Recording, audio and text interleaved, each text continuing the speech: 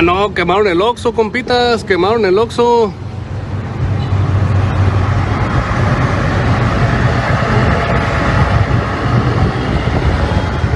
La delincuencia organizada respondió a un operativo del ejército quemando Oxxos y vehículos. Taxi quemándose aquí en la Pinzón de la línea de Mirindos.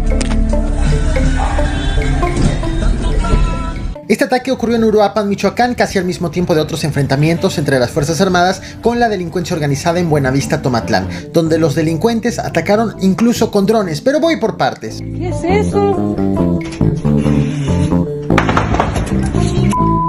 ¿Qué haces aquí, Beto? El video que estás viendo ahora y los que te mostraré a continuación son de ataques a tiendas Oxxo de Uruapan, Michoacán. Estas agresiones fueron hechas con bombas Molotov de manera simultánea en contra de dos tiendas. Los agresores no fueron identificados y en todos los casos lograron darse a la fuga. Por la magnitud de las agresiones, otros negocios de la zona decidieron cerrar sus puertas como medida preventiva.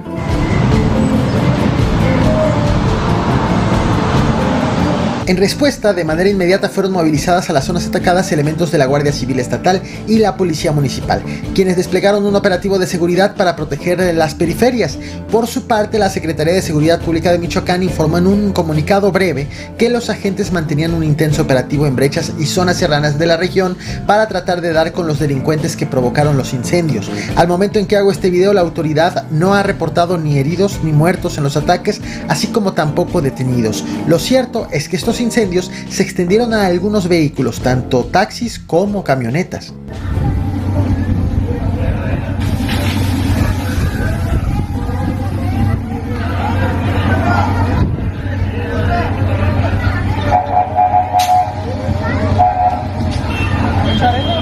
De manera preliminar, las autoridades de Michoacán han justificado la ola de violencia vivida en Uruapan, asegurando que se trata de una respuesta del grupo delictivo de los Viagras. Según los primeros reportes, este grupo delincuencial decidió incendiar negocios y vehículos en respuesta a dos hechos. Uno, al levantamiento en armas por parte de pobladores de Tierra Caliente que se han dispuesto a hacerles frente, y dos, también en respuesta pero a operativos de fuerzas federales realizados en el estado de Michoacán.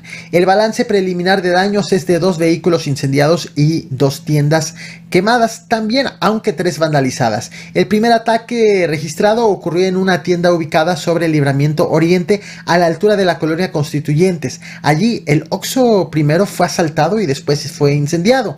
Casi simultáneamente el objetivo fue otro Oxxo ubicado en el Libramiento Oriente a la altura de la colonia Lázaro Cárdenas, el cual también fue asaltado y quemado posteriormente. Y el tercer Oxxo se ubica en el Boulevard Industrial a la altura de la colonia 12 de diciembre. Sin embargo, este negocio solamente fue asaltado de tal forma que, aunque lo intentaron, los delincuentes no lograron prenderle fuego. Taxi quemándose aquí en la Pinzón de la línea de Mirindos.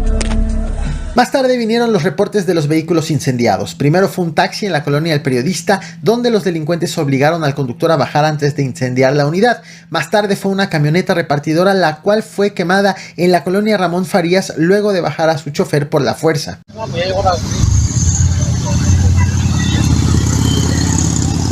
Los Viagras se adjudicaron esta serie de actos violentos a través de sus cuentas y páginas en redes sociales, y tras la movilización inicial de elementos municipales y estatales, a Uruapan llegó el despliegue de agentes federales tanto del Ejército como de la Guardia Nacional. El grupo de los Viagras es señalado como uno de los principales generadores de violencia en Michoacán y es acusado de extorsionar a empresarios, limoneros y aguacateros, así como a comercios, empresas de telefonía e internet y a la cadena productiva de carne, pollo y lácteos. Sin embargo, lo alarmante no estuvo en estas agresiones, sino que también de manera simultánea hubo enfrentamientos en otro municipio de Michoacán. Ahí está la guardia.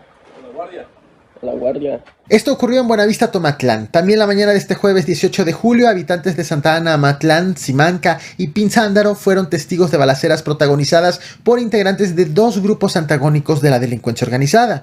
Primero, desde muy temprano, los residentes registraron el paso de varias camionetas, algunas con blindaje artesanal y artilladas. Esto sirvió de aviso para muchos de la necesidad de resguardarse en sus domicilios y no salir. Unos corrieron para allá y otros corrieron para allá. ¡Yo no veo, tío! ¿Tan poquitos vamos a aguantar?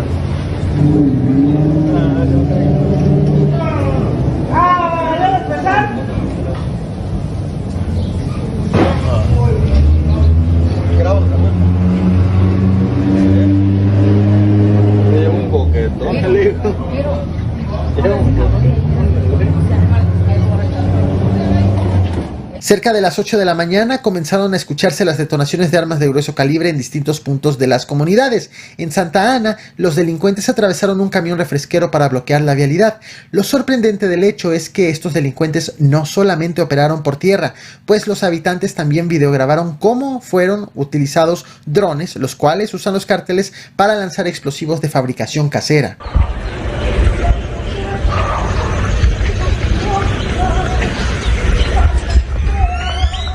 Ante la ola de balaceras, a la zona fueron movilizados policías, elementos de la Guardia Nacional y soldados.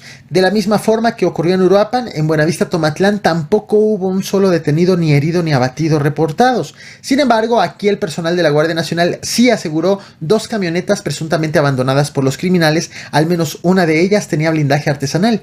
La prensa local aseguró que este enfrentamiento pudo obedecer al avance del cártel de Tepalcatepec, el cual busca extender su presencia hacia la zona de Buenavista. Ay, Dios mío, me perdida y el niño no se quiere ir al baño. Yo digo que se siente ahí un ratito en el baño. Y esas son las que pueden caer para acá, ¿no? Pues la foto que te mandé de la